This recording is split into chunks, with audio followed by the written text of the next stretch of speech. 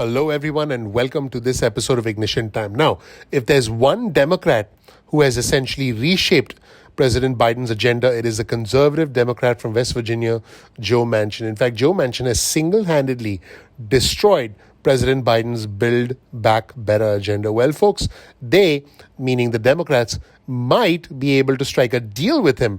Here's a new headline of an article on your screen from Politico. Deal with Manchin would reshape the Democrats' fight to keep the majority. In fact, the party is hoping that rebranding President Biden's signature bill, which was a Build Back Better agenda, which, by the way, is dead right now, but rebranding it as a way to cut inflation will help them keep their Senate majority. In fact, here's some reporting from Politico.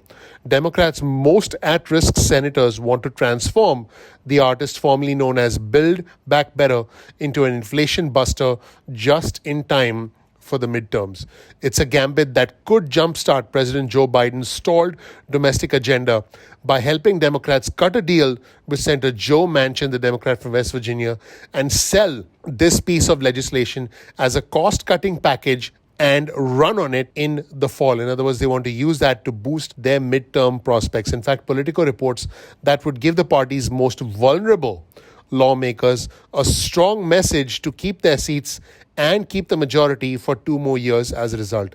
Here's a quote from Senator John Hickenlooper, who's a Democrat from Colorado, that obviously would have an effect on helping people in their re-elections. In fact, the Senate Majority Leader, Chuck Schumer, actually said that he had some sort of a roadmap to revive Democrats' stalled domestic agenda, including hearings on a plan to lower prescription drug costs. And by the way, that was the centerpiece of the pitch by Democrats, by a lot of Democrats who were trying to pass the Build Back Better agenda. And now they're going to actually rebrand this and say, hey, we're helping to cut costs during a time in our history when costs are going through the roof. And also this cost-cutting agenda, which, by the way, is ironic because Democrats do want to spend a lot of money, but the cost-cutting agenda is expected to be a major focus in the House and Senate Democrats' focus, and that is something that they're going to be discussing in the coming days and weeks. Now, folks, this is essentially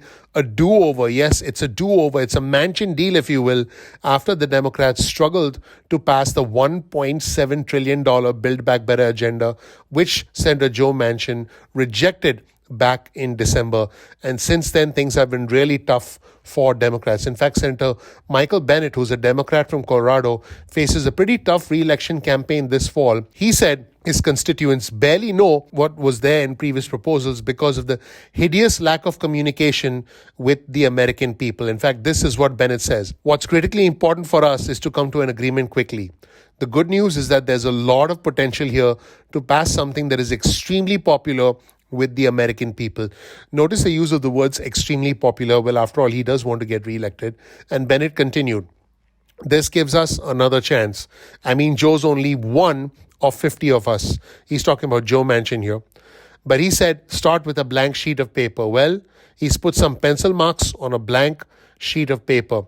In fact, Manchin is floating a package that would reduce the deficit, lower prescription drug costs, and actually put some money into fighting climate change, which the Democrats love, and reform the tax codes. Now, Joe Manchin has repeatedly said there are no formal talks going on with President Biden or his colleagues, but Democrats actually consider this as a sign that Joe Manchin is open for business. Here's a quote from Senator Catherine Cortez Masto, a Democrat from Nevada. It is worth continuing to figure out how we work together to really focus on how we lower these costs for families and individuals right now. Again, folks, pretty interesting that the Democrats now want to cut costs after they wanted to pass a $1.7 trillion plan just 3 months ago. But again, hey, that's politics for you. In fact, Cortez Masto said that she's talking with a group of Democrats on a package that would take some pieces of the Build Back Better plan. And she said we should pull out those that really make sense. In other words, let's take the best components that can help us get reelected and then let's implement them. In fact, Senator Maggie Hassan, who's a Democrat from New Hampshire, by the way, her seat is also up for grabs, said her goal is to, I quote, hold Big Pharma accountable and bring down prescription drug costs. So it's very clear, folks, that the Democrats are like, oops, we couldn't achieve that big sweeping agenda. So now let's cherry pick the things that are going to sound good, things that are going to give us a quick win. Let's pass that and hopefully get re-elected. Now, as you can imagine, there are some who really wanted a much bigger, more expansive package like the one and only Bernie Sanders, the independent from Vermont. But on the other hand, Senate Republicans are skeptical of all these plans from Democrats, all these efforts to try and resuscitate, in other words, to try and bring back to life their stalled domestic agenda. In fact, Senator Rick Scott, the Republican from Florida, who, by the way, is the campaign chair of the Republican Party, he actually criticized Democrats' pursuit of tax increases.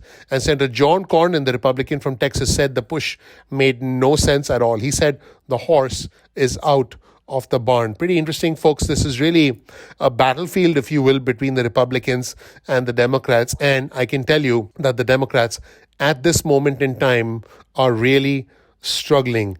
In fact, Senator Raphael Warnock, who was recently elected as a senator from the great state of Georgia, said this: we need to get some more things done for the people of Georgia, for the American people. And I'd be interested in pursuing whatever path lowers costs for people, holds corporations accountable that are artificially raising prices. He said this: it doesn't matter to me about the path. I just want to get something done. Now, many Senate Democrats are trying to get stuff done. In fact, Senator Sherrod Brown, who's a Democrat from Ohio, he warned that more day-to-day discussions would prompt negative headlines saying that we are talking to Manchin and that is going here and we are failing. In other words, they're starting to get impatient and they want to get some stuff done. Senator Mark Kelly, who's a Democrat from Arizona, said he's focused on rising costs. And in fact, Kelly said this: what seniors have to pay in the state of Arizona for prescription drugs is fundamentally unfair.